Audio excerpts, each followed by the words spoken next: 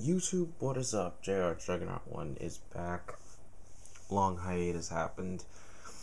Um, Stupid shit happened. Basically, I ended up home, was gonna make vids.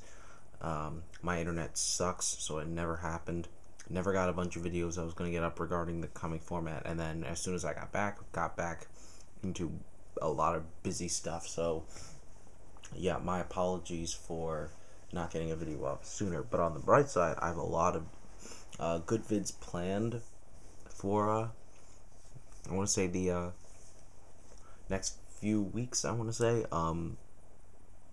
because YCS Long Beach is coming out, and I don't have a ton I want to say about that because honestly, there's only really one discussion I want to get across.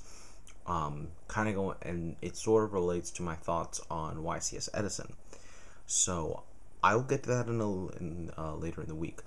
But for now, I just kind of want to talk about the format now and one other discussion I want to have briefly. So briefly going into the format, obviously the ban list did not do much to help us. The ban list, all it did was hurt decks that aren't much of a threat now, or they are overshadowed by more powerful decks.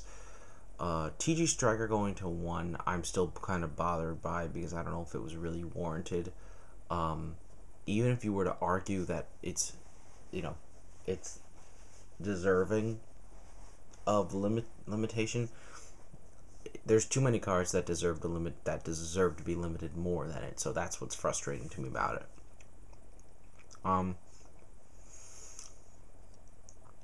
Same with Agent of Venus. The Agent of Mystery Earth. It's just kind of that same idea. TG agents, I get it, are my nose, are doing very well in the OCG, but not so much here in the TCG. I mean, sure, I ran TG agents and they were good, but I stopped running them before the end of the format for a reason. I didn't like playing a deck that I felt gave me little to no way of dealing with my opponent's plays. Having Tragodia and Gores as a backup, as well as Herald and Herald and Tragodia, Herald, Maxi, Tragodia, and Gores, they just weren't really cutting it in my opinion. So I just decided to go with a bit more of a trap, a deck that ran more of a trap lineup. And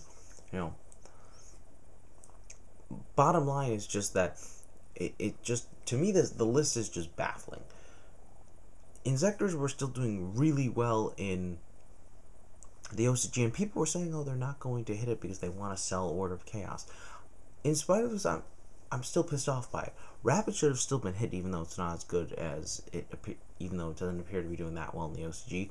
Same with windups. It's frustrating. However, I'm still optimistic for the coming format because rogue decks can still come out on top if people actually put their minds to it.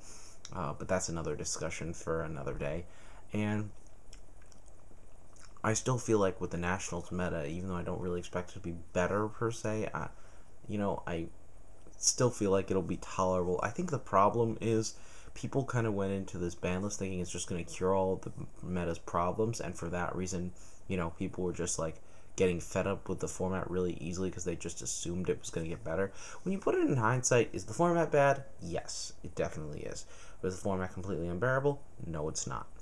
And I'm getting frustrated by it, but I'm also managing, so I think it's alright. Okay, moving on to the next topic quickly. Lightrays. Lightrays are an archetype I've wanted to discuss for a while, ever since we found out about them through the release of Galactic Overlord, the OCG. It's a very cool set of monsters. And the reason I figured today was very fitting was because they started revealing some of the TCG exclusives for Galactic Overlord, so I figured why not. But there's one card, but we did find out that they're going to be releasing a TCG Lightray TCG exclusive, which I will get to shortly. So far, Lightray has 4 monsters plus the TCG exclusive. It's made up of Lightray Daedalus, which is the light version of Leviathan Dragon Daedalus, Lightray Gearfried, the light version of Phoenix Gearfried. Light Diabolos, the light version of Diabolos, King of the Abyss, and Lightray Sorcerer, which is the light version of Chaos Sorcerer, which I don't know how to reason with that, but okay. Each of the Lightray monsters kind of have their own theme. They're special summon them. They can be special summoned under when certain conditions are met, and they just kind of have their own effects.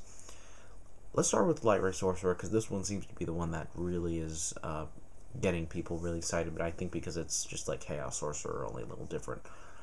It's basically, you have to have 3 banished light monsters, and then you can send one of them back to the deck to banish a face-up monster on the field. Pretty good. The difficulty with it is just getting it out on the field. Having 3 light monsters banished won't necessarily be that easy, so I guess I would say the issue with it is, it's very good when you can get it out, but how easily can you get it out? Next we have Lightray Daedalus, which is which is probably one of the more fascinating cards. It's the rest of the Lightrays are pretty much, at least the ones that we know we know their effects are pretty much, you have to have 5 light monsters with different names in your grave, and then they have an effect after that. Daedalus's effect is basically, okay, you could destroy 3 cards on the field. The catch is one of the cards you destroy must be a field spell. Now the main strategy, there are 2 ways to kind of go about this. Number 1, you can use this as a side card and side them against decks that run field spells. This would of course only include decks like Dark World though, and Gravekeepers, at least in terms of competitive decks. Though there is word Dragoonity might start to spike up more in play once Galactic Overlord comes out. No comment, just no comment right now. And what was the other? What was that? The thing I was thinking of. Dang it, what was it? Oh, and then if you want to run Gear Town in your deck, basically, that's a great strategy, because you can blow up your own Gear Town, blow up 2 of your opponent's cards. You don't lose anything because all you're doing is getting a 3,000 beater. So it's more, really, you're just actually plussing off of this. Yeah, good strategy from that. Again, the problem is just the side deck strategy. You won't bring it in your out of your side deck often, and with the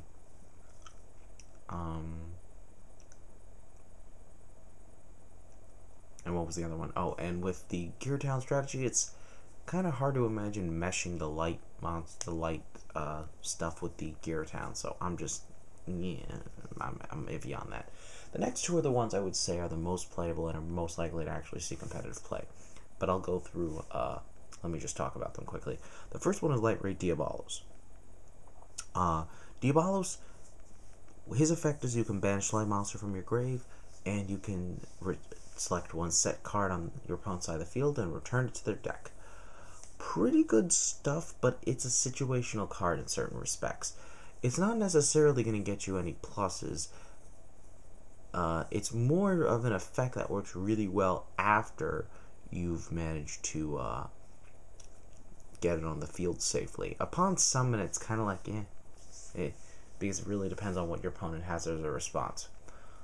Because if they return the monster and your opponent chains torrential, or if they hit a back row and you chain it, it's just like, that's mildly frustrating. But I still like it. The last one I want to talk about is definitely one I like more though, and that would be Lightray Gearfried. I'm making a deck around this card, in fact, and I'm just gonna say that now, and it's because of how good it is. Partially, that's part of the reason. Gearfried is essentially Xian on steroids. What do I mean? Gearfried is very easy to get out when you make the right deck around it. And his effect, when you control only warrior monsters, you can banish a warrior monster, a light monster in your graveyard to negate a spell or trap your opponent activates and destroy it. Broken.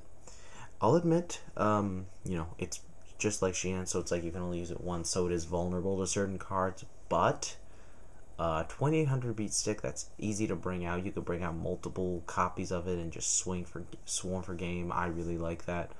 Arguably JD is better, but my reasoning for not liking JD as much is because JD is one of those cards where it almost always auto loses to heavy back row. Gearfried can at least kind of work around it if you're in the right circumstances. And yeah, it's good. Overall, the Lightrays are an interesting archetype, but no one's really sure what's going to be the best type of deck to make around them.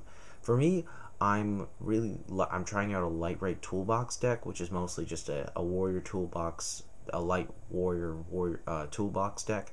So it's pretty cool. But I mean, honestly, I'm just what was I gonna say? I think my crap. What was I saying? The problem I have though is just like it's not the fastest deck. Like, and it loses to certain decks where if they get out a really big monster, you're kind of screwed. If it's a monster that's less than 2800 attack, you can deal with it pretty easily. If it's a monster that has more, you're gonna have more difficulty. Let's just put it that way. But again, solid. There's some large potential within these decks. The last card, of course, that I didn't really mention is Greffer, because we don't know its effect.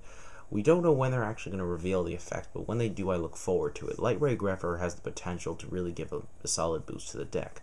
However, I don't know how much it would actually do if...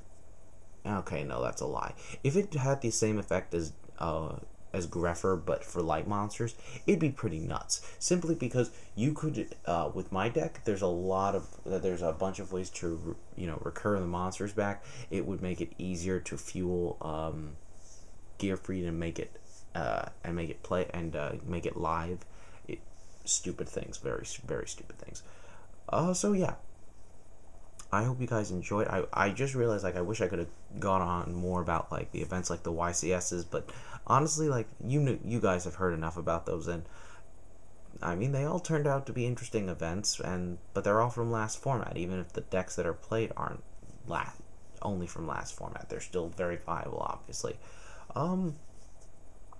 Just, yeah, stay watching.